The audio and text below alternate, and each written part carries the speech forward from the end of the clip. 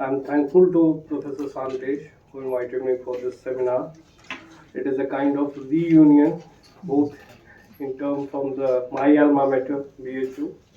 My career start with CUJ and CUH, and I'm looking at Professor Satish. मैं जहाँ था sir, being as a senior, was there to guide me, and many other colleagues here from the different places. The theme of this seminar is One Earth, One Family, One Future, Navigating Human Rights in Vasudhaiva Kutumbakam. I feel two words. The one is human right and other word is Vasudhaiva Kutumbakam. One is borrowed from the Western philosophy and other is borrowed from the Indian philosophy. And both seem little contradict to each other. Why?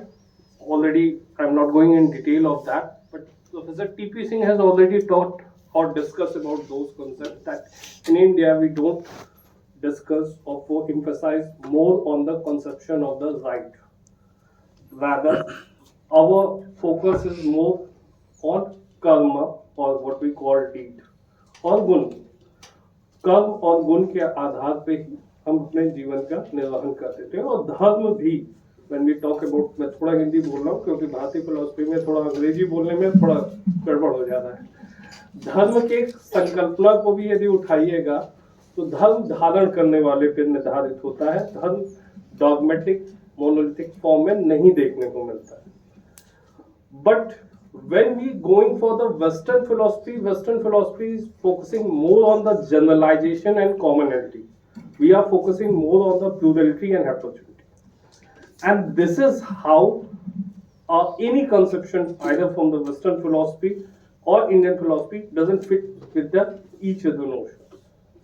Because whenever we try to see personally I am saying, whenever I try to see the conception of human and right, or the combination of both in Indian term, I feel that there is something missing. We try to track or pull many of the verses, many of the things to make it fit according to Indian tradition.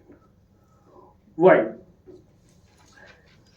This was already pointed by again my earlier speaker, but I am saying this right in binary term, which was pointed earlier, that either it is against the state or it is against the individual, or one cannot exploit another individual. In India, both the things are not there.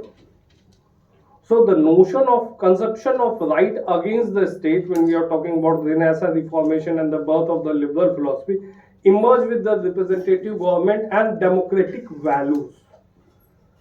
Democracy not only as a political contrivance, rather than as a value system, and their liberty, equality, rights are the core or interesting values that lies in there.